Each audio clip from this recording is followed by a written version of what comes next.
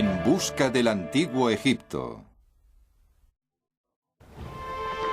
El triunfo de la ciencia. En 1891, un joven inglés de 17 años llega a Egipto sin ninguna formación en lenguas antiguas y con un conocimiento limitado sobre historia antigua. Se llama Howard Carter y ha sido contratado como dibujante arqueológico para registrar las magníficas obras de arte que decoran las paredes de las tumbas excavadas por la Egypt Exploration Fund.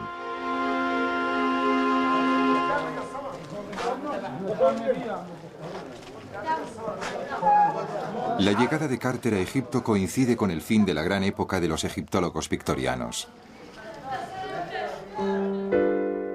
El egiptólogo francés Gaston Maspero dirige el Servicio de Antigüedades de Egipto. Y su colega inglés William Flinders Petrie desentierra con afán el palacio de Ajenatón.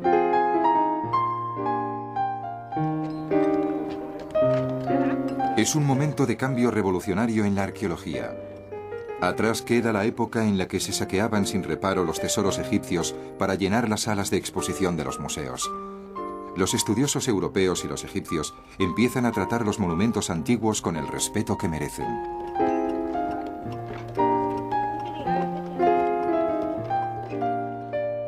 Al cabo de unos meses, Carter es enviado al Valle de los Reyes para copiar las inscripciones del templo funerario de la reina Hatshepsut.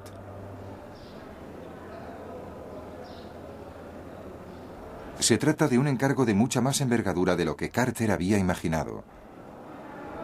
Carter no está seguro de que pueda satisfacer los nuevos criterios científicos, pero está decidido a sacar el máximo partido de esta ocasión única.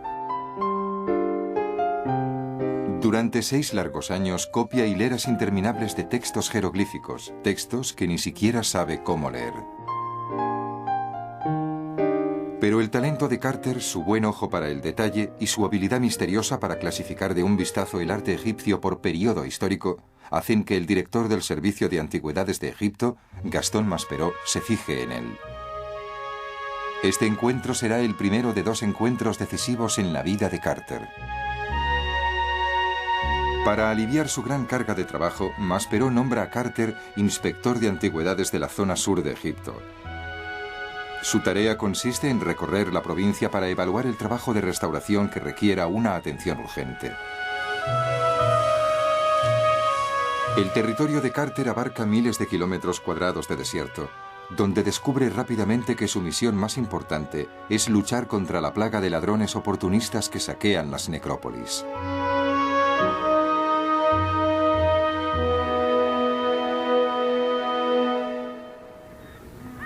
Para los campesinos que viven en el Valle de los Reyes y en sus alrededores, el saqueo de las tumbas sigue siendo una de las pocas fuentes de ingresos desde la época de los faraones. Debido a la afluencia de un número cada vez mayor de cazadores de tesoros y turistas a Egipto, a finales del siglo XIX el saqueo de tumbas se ha convertido en un negocio boyante. Carter persigue con decisión tanto a los ladrones de tumbas como a los turistas inconscientes que dañan los templos y los monumentos con graffiti. En enero de 1905, Carter se enfrenta a un grupo especialmente agresivo de turistas franceses borrachos. Después de una serie de groserías que terminan a empujones, Carter consigue que la policía los eche del lugar.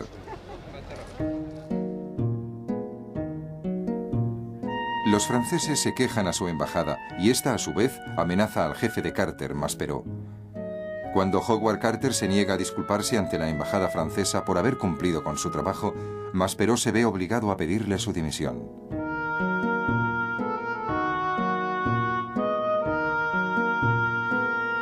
Disgustado por la pérdida de uno de sus mejores hombres, Maspero está decidido a ayudar a Carter. Afortunadamente, entre los conocidos de Maspero se encuentra el quinto conde de Carnarvon. Lord Carnarvon es la quinta esencia del último aristócrata victoriano.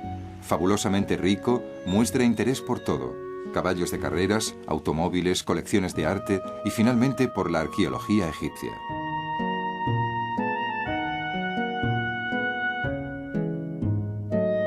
Cuando Carnarvon le pide a Maspero que le recomiende un asesor para organizar una expedición, este menciona con entusiasmo a Howard Carter. Carter y Carnarvon forman un buen equipo. Ambos son emprendedores e ingleses. Carter conoce Egipto y Carnarvon tiene dinero. Mientras organizan la expedición, se crea una estrecha amistad entre ellos.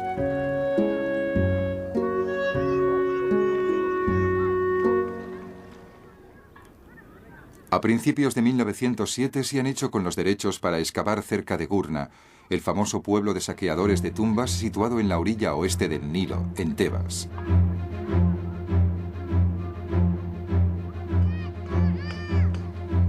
Establecen el centro de operaciones cerca de la entrada del Valle de los Reyes, en una magnífica casa conocida como el Castillo Carter.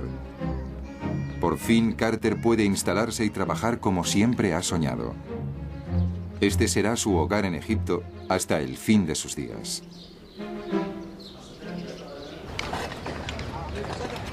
Desde un punto de vista científico, el trabajo del equipo formado por Carter y Carnarvon es meticuloso. Un hecho que sorprende a los egiptólogos y estudiosos locales, teniendo en cuenta que ambos hombres no tenían una formación académica previa. Las excavaciones de Gurna dan como resultado algunos hallazgos interesantes, entre ellos varias tumbas privadas y algunos monumentos reales. Pero Carter y Carnarvon tienen sus corazones puestos en las excavaciones del Valle de los Reyes, cuyo permiso posee en ese momento el estadounidense Theodore Davis. En una ocasión, Davis había desenterrado vasijas para embalsamar, utilizadas en el entierro de Tutankamón, pero nunca había relacionado los objetos con la existencia de la propia tumba. Cuando Davis se jubila en 1914, lo hace declarando con firmeza que no queda nada por encontrar en el Valle de los Reyes. Con la sospecha de que Davis está equivocado, Carnarvon y Carter adquieren los derechos de excavación. Cuando el equipo está abriendo la primera zanja, estalla la Primera Guerra Mundial. Lord Carnarvon se ve obligado a volver a Inglaterra. Y el trabajo de Carter se ve gravemente limitado por la falta de mano de obra y por la política del gobierno egipcio en tiempos de guerra. Hasta 1917, 3 años después, Carter no logrará reanudar las excavaciones propiamente dichas. En constante correspondencia con Lord Carnarvon, los amigos deciden concentrar sus esfuerzos en localizar la tumba del niño rey Tutankamón. Durante décadas, los egiptólogos han creído que la tumba estaba en algún lugar del valle, pero nadie ha conseguido encontrarla en el océano de remolinos de arena. Sin pistas fiables, Carter no tiene otra opción que atravesar el valle con una serie de zanjas. Es una operación colosal. Durante los 5 años siguientes, cientos de trabajadores retiran decenas de miles de toneladas de escombros sin el menor indicio de la tumba de Tutankamón. Al final del 5.º año, Lord Carnarvon está tan frustrado como Carter. El proyecto ha costado una fortuna y no ha dado resultado alguno. Solo debido a las súplicas de Carter, Carnarvon accede a continuar otro año, pero ni uno más. La temporada 1922-1923 debe ofrecer resultados o el proyecto se dará por concluido. El 4 de noviembre de 1922, solo 3 días después de que Carter reanude el trabajo, sus hombres descubren lo que parece ser una escalera oculta por la entrada a la tumba de Rameses VI. Al cabo de media hora, han retirado la arena suficiente para descubrir una puerta sellada. Carter envía un telegrama entusiasmado a Lord Carnarvon. Hemos hecho un descubrimiento extraordinario en el valle. Una tumba magnífica con sellos intactos. La hemos recubierto hasta su llegada. ¡Felicidades!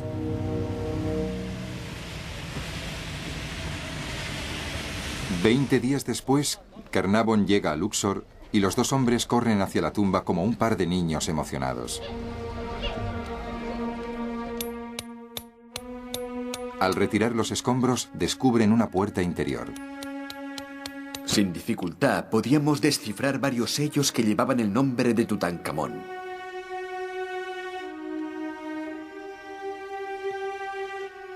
Carter abre un pequeño agujero e ilumina la abertura con la llama vacilante de una vela.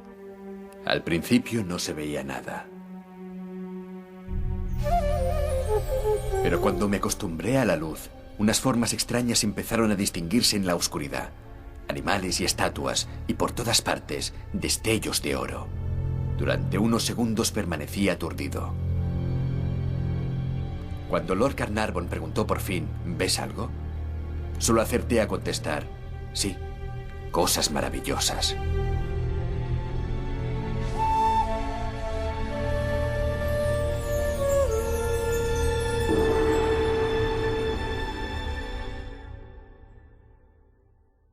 Carter y Carnarvon no tardan mucho en darse cuenta de la trascendencia de su descubrimiento.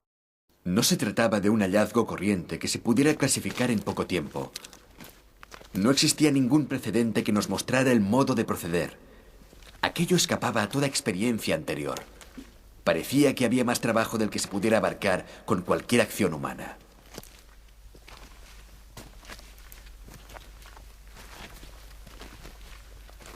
Carter se da cuenta de que necesitará reunir a un equipo de especialistas que representen todos los campos de la arqueología para registrar, analizar y conservar el inmenso contenido de la tumba. Una docena de expertos acuden a la llamada urgente de ayuda. Arqueólogos, historiadores, filólogos, dibujantes y expertos en restauración llegan para unirse al equipo. Entre ellos se encuentra el fotógrafo Harry Barton, que registrará el trabajo con más de 3000 fotografías. Las antecámaras y la cámara funeraria se encontraban en un estado caótico. Hace siglos, los intrusos tiraron los frágiles objetos por todas partes en su frenética búsqueda de oro y joyas. La confusión no hace más que complicar el monumental trabajo de selección, clasificación y numeración de los más de 2000 objetos amontonados de manera desordenada.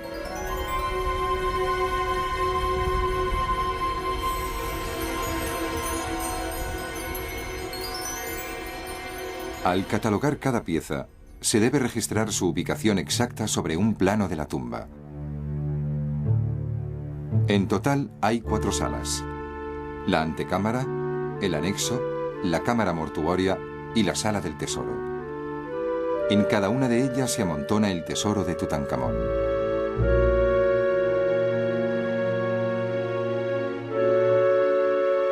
Trabajábamos en una sala cada vez. Los objetos se colocaban en una camilla colchada y se aseguraban bien.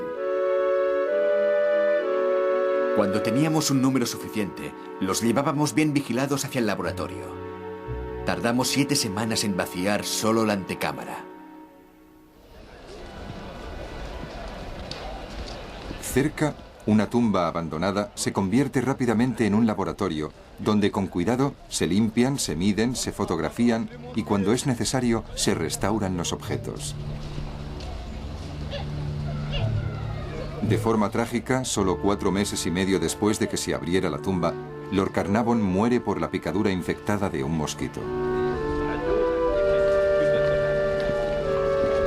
La muerte de Carnarvon, unida a la muerte repentina de varios trabajadores y visitantes, hace que los medios de comunicación hablen de la maldición de la tumba de Tutankamón, una fantasía que dispara la imaginación pública y hace que el hallazgo resulte más espectacular y misterioso.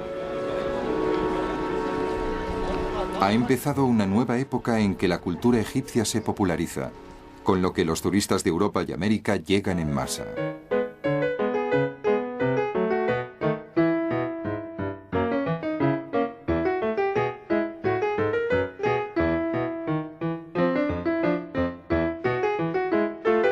Desde que se publicó La descripción de Egipto de Napoleón Bonaparte más de un siglo atrás, nunca se había desatado tanto entusiasmo por el antiguo Egipto, y esta vez lo causan los medios de comunicación con sus periódicos y noticiarios.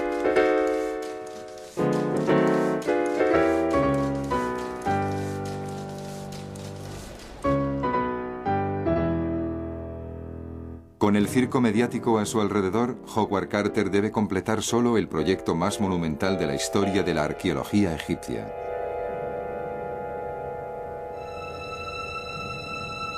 Aún faltan 2 años y medio para que Howard Carter se vea cara a cara con el niño rey, que se ha convertido en la fuerza motriz del trabajo de su vida.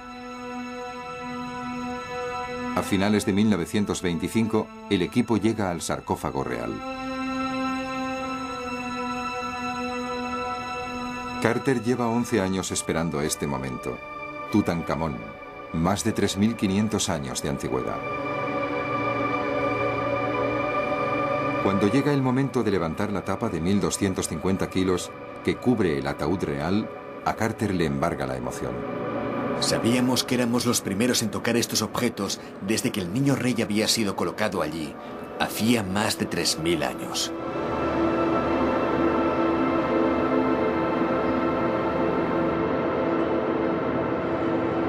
Los sarcófagos están encajados dentro de 4 capillas con incrustaciones de oro, cada uno de ellos cubierto con escenas del antiguo libro de los muertos egipcio. El sarcófago más interior, que guarda el cuerpo del joven rey, tiene más de 100 kilos de oro puro.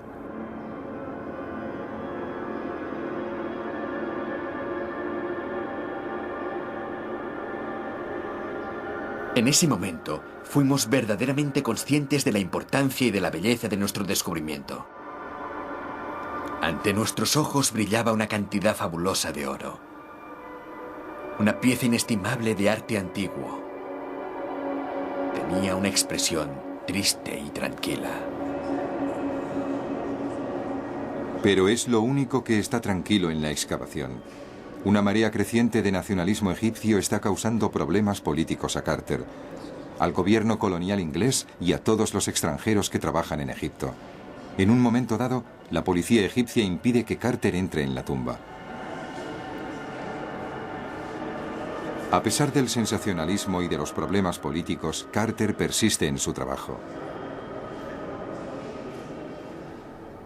Aunque Carter pasa el resto de su vida preparando informes y escribiendo sobre este asombroso hallazgo, cuando muere a la edad de 65 años en 1939, su trabajo permanece inacabado.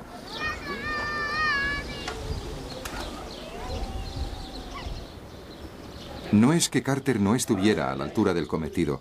La arqueología en general y la egiptología en particular se habían complicado tanto que en el futuro todos los trabajos de cierta envergadura se deberían llevar a cabo mediante equipos de expertos.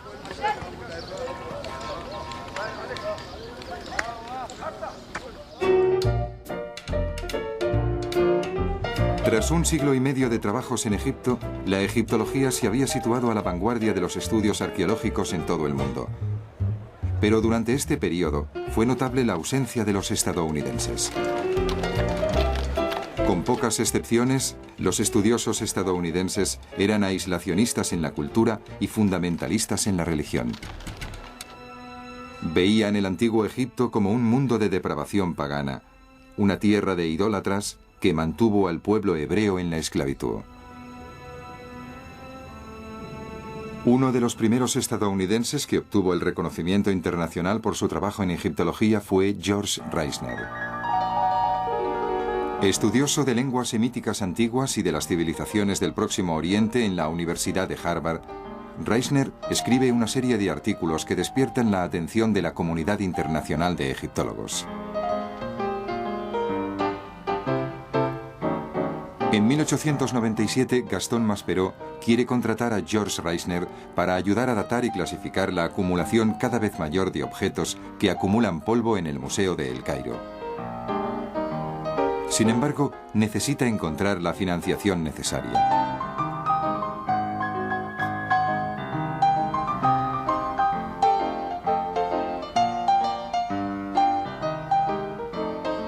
Phoebe Hearst, una rica patrocinadora de las artes, accede a financiar una expedición arqueológica a Egipto. Cuando el siglo XIX toca a su fin, George Reisner abandona América para vivir la aventura de su vida.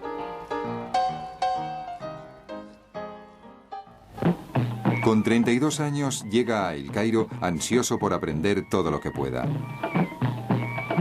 Reisner descubre que le consideran un elemento curioso y rústico procedente del país de los indios y de los vaqueros. Decidido a demostrar su valía, está deseoso de traspasar los límites del Museo de El Cairo. Gracias a su relación con Gaston Maspero, obtiene una concesión para excavar en el sur de Egipto, justo al norte de Luxor.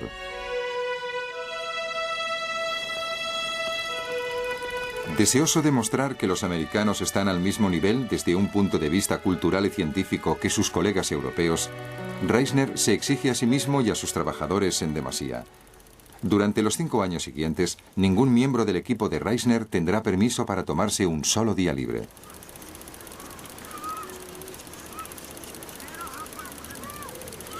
Tal ritmo de trabajo produce numerosos hallazgos de importancia científica, pero como pertenecen principalmente al periodo inicial de la historia egipcia, cuyo camino había abierto Maspero, no ofrecen la serie de tesoros encontrados en tumbas de periodos posteriores y carecen de la repercusión que tienen otros hallazgos más espectaculares en los medios de comunicación. Pero todo este arduo trabajo tiene su recompensa. En 1905, la Universidad de Harvard y el Museo de Boston le ofrecen un aumento considerable de la financiación. Como todos los visitantes de Egipto desde Napoleón, Reisner queda fascinado por las pirámides de Giza. Parecen personificar el temor y el misterio del antiguo Egipto. Aquí es donde Reisner desea proseguir su trabajo.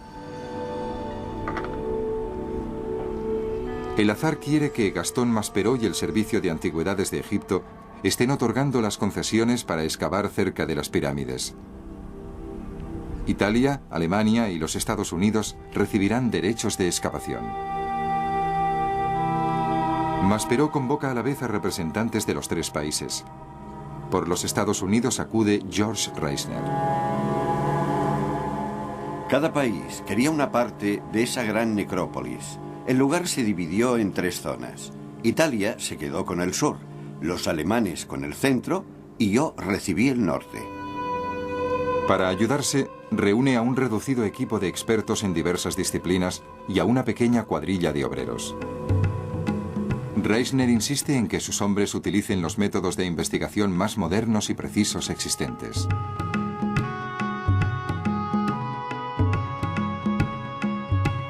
De las numerosas tumbas que Reisner está excavando, la más impresionante es la de la reina Meresang, nieta del faraón Kéope, constructor de la primera y mayor de las pirámides.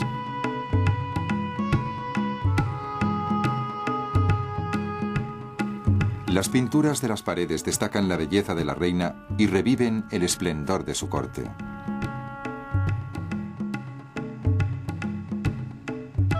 En la gran capilla, Reisner descubre una extraña hilera de figuras femeninas.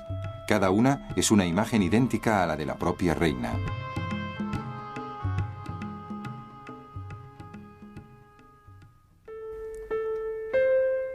Solo 2 años después, mientras excavan el templo de Micerino, descubre 4 grupos de estatuas magníficas. Un grupo muestra al faraón Micerino y a su reina. Otro representa a Micerino entre la diosa Hathor y una figura femenina que simboliza el sur de Egipto. Reisner adora cada nuevo descubrimiento casi como si estuviera vivo. Al describir las estatuas del templo de Micerino, escribe: Era muy gratificante añadir esta pieza a la colección del álbum familiar.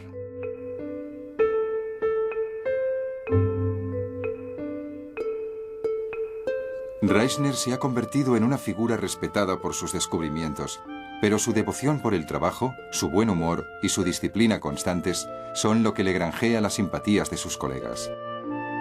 Adiós al vaquero americano curioso. En 1911, George Reisner es ya uno de los egiptólogos más respetados de su época. A medida que crece la reputación de Reisner, también lo hace la afluencia de visitantes a su campamento.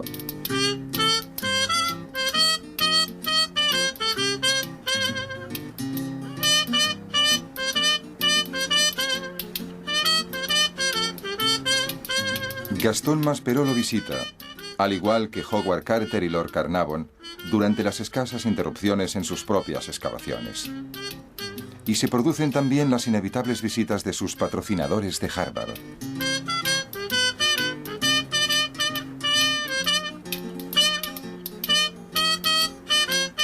En 1914, los colegas y patrocinadores de Reisner muestran el reconocimiento a su trabajo de forma tangible.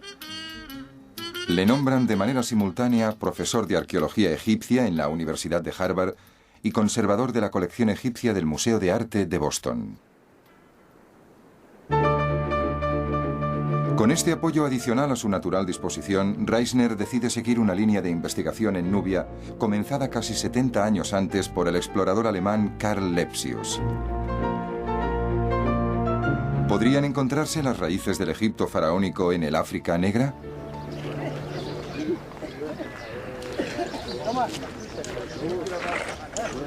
En Kerma, en lo que fue una vez el reino de Nubia, excavan cientos de necrópolis con tumbas circulares. Las relaciones entre las culturas del Mediterráneo, Egipto y África pronto se ponen de manifiesto.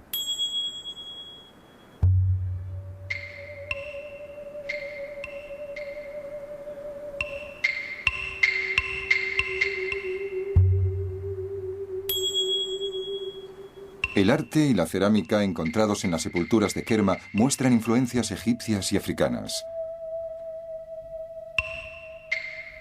La teoría de Reisner es que Kerma fue una vez el eje del comercio entre Egipto y el resto de África. El África tribal y el Egipto faraónico no existieron de forma aislada, sino que coexistieron y comerciaron entre sí.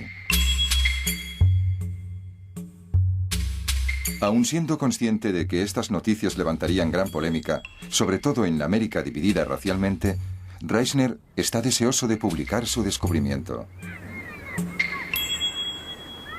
Por una ironía del destino, Reisner termina sus excavaciones y publica sus hallazgos a finales de 1923.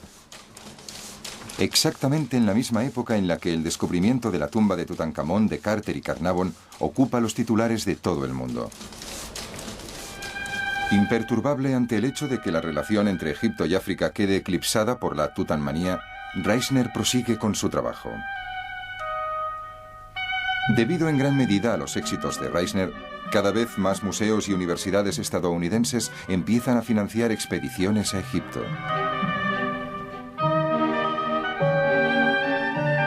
A pesar de la depresión mundial, un número cada vez mayor de estadounidenses inicia excavaciones durante la década de 1930.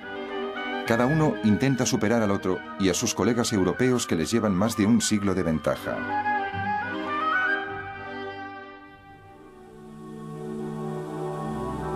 Los hombres que dirigen estas expediciones son científicos consagrados. Muchos de ellos desempeñan un papel importante en el desarrollo de la egiptología y son responsables de una serie de descubrimientos intrigantes.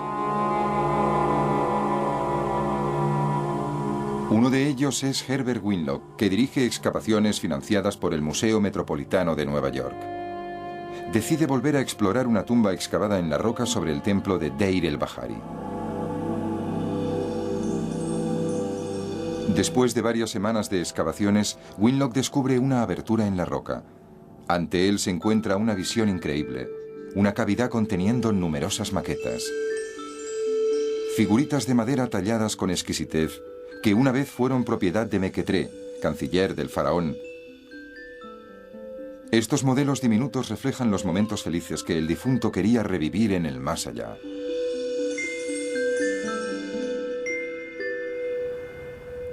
Reisner sigue adelante, tan lleno de entusiasmo como cuando llegó por primera vez a Egipto 4 décadas antes. Cuando la Alemania nazi invade Egipto en 1940, Reisner, con 75 años de edad, se niega a abandonar su trabajo. Casi ciego, Reisner continúa dictando sus notas, obstinado en no hacer caso al furor de la guerra que cruza el desierto. En 1942, cuando el ejército inglés expulsa a los alemanes de Egipto, George Reisner muere pocos días después de haber terminado su último libro. Pero hay otros que ya se encargan de continuar el trabajo de Reisner. El primero de ellos es Pierre Montet, la primera figura destacada de la egiptología que empieza su trabajo en el siglo XX. Las excavaciones de Montet son siempre algo especial. Son tan originales, espontáneas y poco convencionales como él mismo. Algunos de sus primeros descubrimientos sobre el pasado de Egipto se realizan en la década de 1920. No en Egipto, sin embargo, sino en Biblos, en el Líbano, considerada durante mucho tiempo la ciudad más antigua del mundo habitada de forma continuada.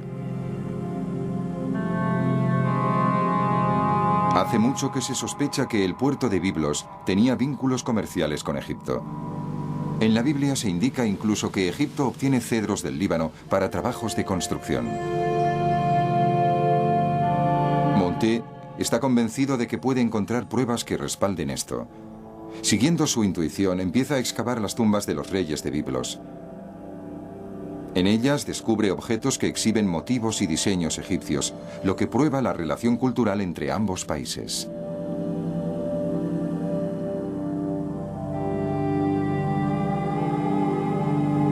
Sorprendentemente, Monté también halla escritura en Biblos. Pero la mayoría de las tumbas reales excavadas pertenecen a la primera mitad del segundo milenio antes de nuestra era, en que la influencia egipcia se hace evidente.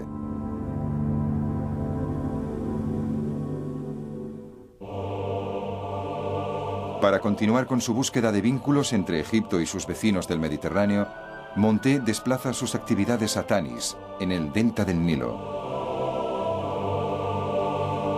Establecer las relaciones entre diversas civilizaciones antiguas será difícil y llevará mucho tiempo, pero Monté está consagrado al trabajo.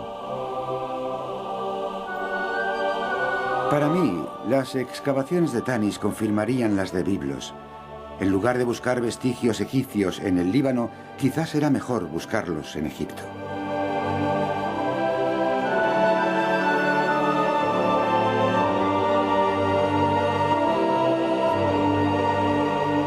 Además de los vínculos con Biblos, Monté está convencido de que Tanis guarda la prueba de que los antiguos judíos habían estado en Egipto 17 siglos antes de Cristo.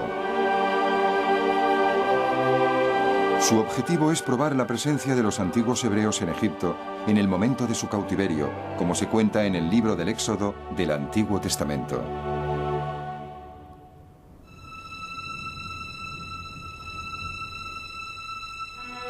Con tenacidad, el equipo empieza a limpiar las ruinas del Gran Templo y del Templo de Anta, y lentamente el presentimiento de Monté empieza a tomar cuerpo.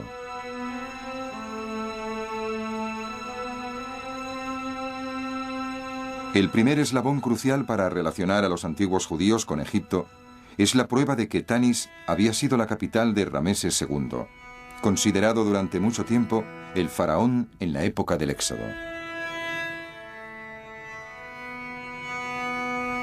Durante los 10 años siguientes, el nombre y la figura de Rameses II aparecen por todas partes en Tanis.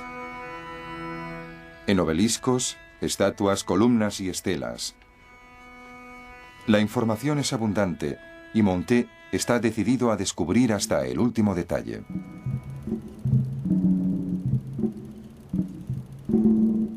Durante la década de 1930, el trabajo en Tanis continúa y cada temporada se obtiene un nuevo descubrimiento.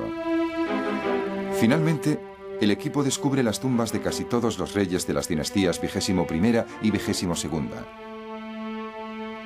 En febrero de 1939 realizan el descubrimiento más importante. Estamos muy emocionados. Habíamos recogido restos de figuras Ushefti y una hebilla de oro. Y entonces, a las 2 en punto, retiré la tierra y las piedras que bloqueaban la entrada a una sala cuadrada. Sin tener en cuenta el peso de las toneladas de tierra que aún se amontonan encima de la tumba, Monté se introduce por el oscuro agujero. Había 2 cámaras decoradas con hermosos jeroglíficos, imágenes funerarias y un sarcófago maravilloso. En mi opinión, la tumba no pertenece solo a una persona. Seguramente hay más cámaras funerarias un poco más al norte y tenemos la intención de dirigirnos allí la semana que viene.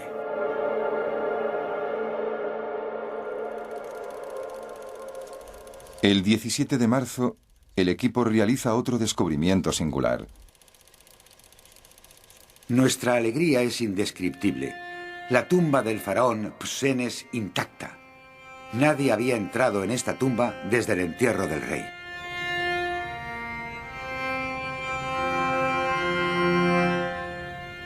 Hay unos magníficos bajorrelieves en la cámara.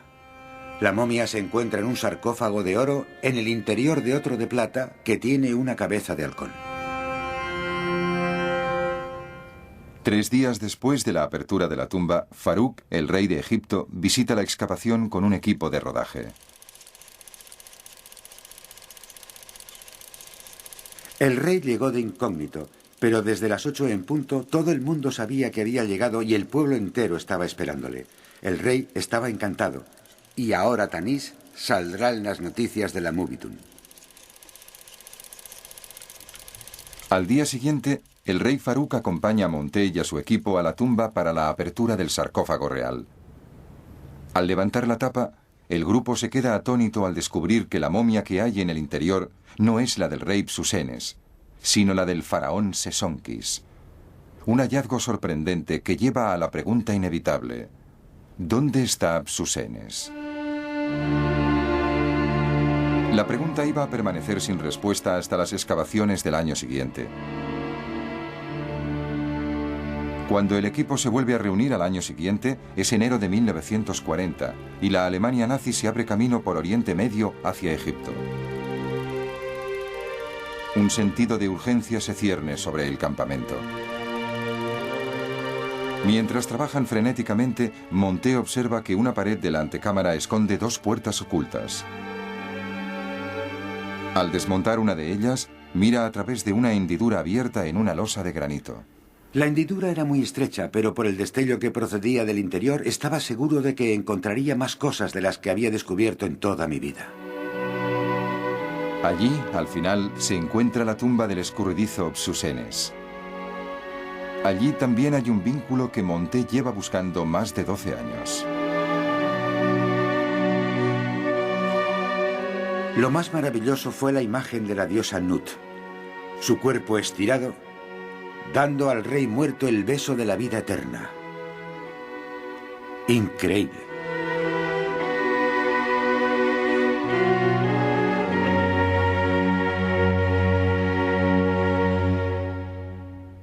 La tumba ofrece un abundante tesoro de información. Muchas de las joyas, pulseras, anillos de oro y amuletos son prueba clara de la influencia siria. Aquí por fin se hallan las pruebas de que Egipto comerció con otras culturas mediterráneas. Pierre Monté continúa excavando en Tanis hasta 1951. Aunque nunca encuentra pruebas concluyentes de la presencia de los hebreos en Egipto, su trabajo amplía nuestros conocimientos sobre la gran influencia que tuvo Egipto en el mundo antiguo.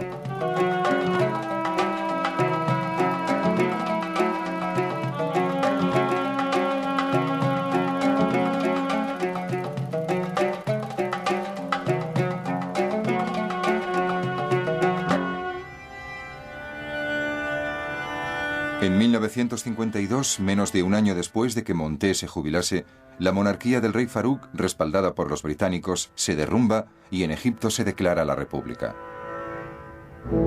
Después de más de un siglo de mandato colonial, Egipto se convierte en responsable de su propio destino y del destino de su inestimable patrimonio. Pero una década después, algunos de los monumentos más espectaculares de Egipto vuelven a verse amenazados. Esta vez en nombre del progreso económico.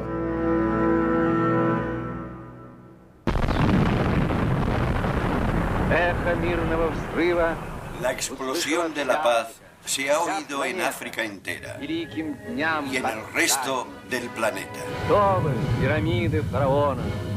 Construida para garantizar una mayor producción agrícola y de electricidad para el nuevo país, la gran presa de Asuán amenaza con inundar innumerables monumentos, templos y santuarios de incalculable valor bajo las aguas crecientes del lago Nasser. Las 12:30 de la tarde del 16 de mayo de 1964. Este es el nacimiento de la 8ª maravilla del mundo. Se tarda 20 años, de 1960 a 1980, en llevar a cabo la mayor operación de salvamento arqueológico de todos los tiempos. En total se retiran 22 monumentos del alcance de las aguas. La mayoría se vuelven a construir a orillas del lago Nasser. Una de las operaciones más importantes afecta al templo de Filas, que hasta el siglo VI después de Cristo fue el centro del culto a Isis. La operación de rescate dura 8 años. Se construye un muro de planchas de acero alrededor de la isla y se extrae con bombas el agua del interior. Divididos en más de 40.000 bloques, los muros de los templos se limpian primero y luego se miden mediante fotogrametría para que todas las piezas del rompecabezas se puedan volver a montar con precisión milimétrica. A continuación, la isla vecina de Agilca se nivela concienzudamente y se sientan los nuevos cimientos antes de que Philae pueda resucitar gracias a los medios que ofrece la tecnología moderna. Uno de los retos más formidables de la operación de salvamento es el traslado del conjunto de templos de Abu Simbel excavados en la roca y que constituyen uno de los monumentos más espectaculares del mundo antiguo. Estas estatuas de arenisca, erosionada, se debían desmontar con precisión quirúrgica y trasladarse cuidadosamente al nuevo emplazamiento, unos 60 metros más alto. Esta tarea descomunal consiste en separar 1 millar de bloques y trasladar unas 300.000 toneladas de rocas. Rameses II siempre soñó con ser inmortal. Después de 3.000 años parece que su deseo se va a cumplir.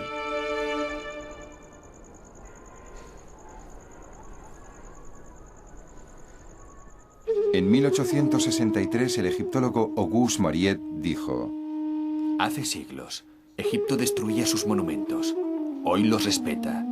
Y en el futuro, los amará. Afortunadamente para el mundo, el Egipto moderno ha cumplido esta profecía. De las docenas de equipos arqueológicos y de los cientos de individuos que trabajan en el campo de la egiptología en la actualidad, muchos son egipcios nativos. El director general de los yacimientos arqueológicos de Giza y Saqqara es el doctor Zahi Hawass. Hawass es un promotor incansable de Egipto y ha hecho más que nadie desde Howard Carter por mantener el pasado de su país bajo la atención pública.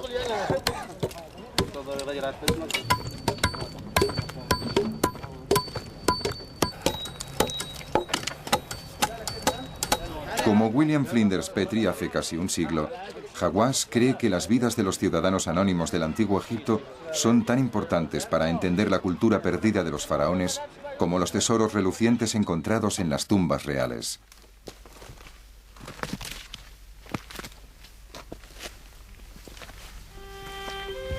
Acompáñame a ver esta tumba impresionante.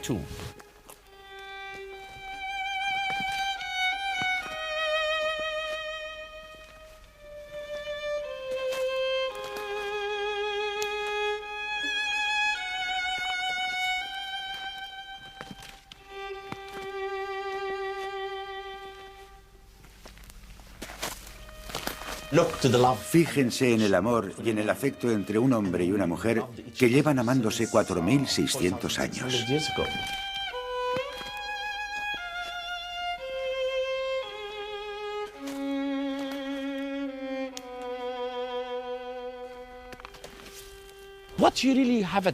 Lo que encontramos en Giza son únicamente tumbas de reyes, reinas, nobles y oficiales.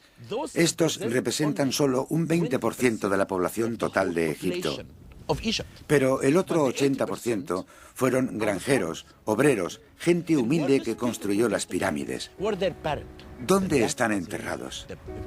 Eso era lo importante de mi investigación. Yo buscaba otro tipo de gente que nadie había buscado antes. Gente como Mariette y Maspero protegieron realmente los monumentos egipcios. Lo digo siempre, los considero auténticos egipcios. Ellos consideraron los monumentos egipcios como su patrimonio. Nosotros, los egipcios, decimos ahora que los monumentos egipcios no nos pertenecen a nosotros, sino a todo el mundo.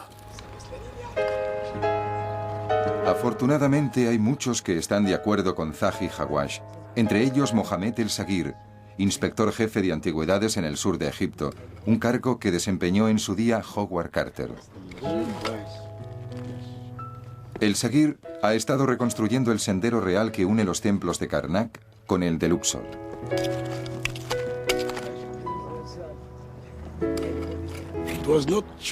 No estaba seguro de que la avenida uniera los templos de Karnak y de Luxor, pero después de excavarla, después de trabajar aquí en medio de la ciudad y en la zona del norte, ahora estamos seguros de que la avenida une los dos templos. La longitud total de la avenida de Esfinges es de 2 kilómetros y 400 metros. En este caso, el número aproximado de estatuas de la avenida es de unas 4.000 entre Karnak y Luxor. Por supuesto, es nuestro plan, que empezamos en 1984, y no nos detendremos hasta que limpiemos y descubramos toda la avenida, todo el camino del cortejo real. Y ahora hemos comenzado las excavaciones en medio de la propia ciudad, en la ciudad del norte. Dentro de 5 o 6 años habremos terminado el trabajo.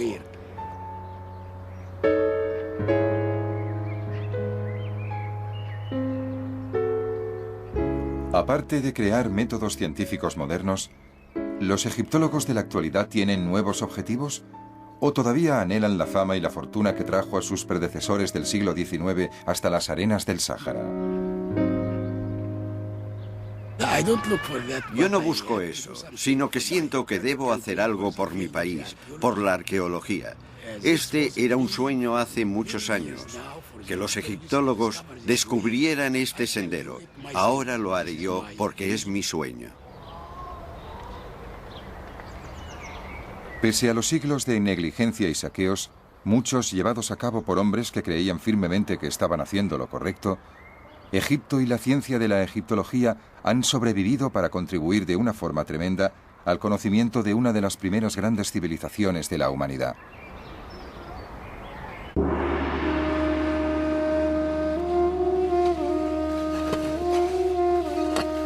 Se acabó la época en la que solo acudían aventureros a Egipto con el propósito de recoger objetos para museos y colecciones privadas. Aunque a veces los métodos fueron bruscos, sería un error juzgarlos desde la cómoda perspectiva de nuestra moral del siglo XXI. Sin su trabajo y sin su esfuerzo, no habríamos llegado tan lejos en nuestro conocimiento de esta cultura antigua como lo hemos hecho ahora en solo 2 siglos. Sir Isaac Newton dijo una vez: si he visto más lejos que otros, es solo porque he subido a hombros de gigantes. Los pioneros de la egiptología fueron gigantes cada uno por derecho propio. Sin sus esfuerzos incansables, para los egiptólogos de la actualidad sería muy difícil saber por dónde empezar la búsqueda del antiguo Egipto.